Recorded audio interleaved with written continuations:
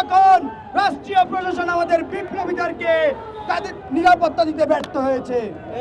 আমরা মনে করছি আওয়ামী লীগের বিরুদ্ধে, খুনিদের বিরুদ্ধে, চাঁদাবাজদের বিরুদ্ধে, সন্ত্রাসীদের বিরুদ্ধে আমাদের যে লড়াই, সে লড়াই বাংলাদেশ পুনর্গঠনের একটি আদর্শিক লড়াই এবং সেই লড়াইয়ে ছাত্র জনতার পক্ষ থেকে, ছাত্রদের পক্ষ থেকে আমরা সবসময় মাঠে থাকবো, সজাগ থাকবো, লড়ে যাবো বন্ধুগণ। আমরা যে ব্লকেট দিয়েছি, আমরা জানি আপনাদের জনদুর্ভোগ হচ্ছে, কিন্তু আমরা আপনাদের কাছে সময় চাচ্ছি এই সন্ত্রাসীদের, এই আওয়ামী লীগদের, খুনিদের বাংলাদেশ থেকে বিতাড়িত করার জন্য আমরা সময় চাচ্ছি, আমাদেরকে সহযোগিতা করুন।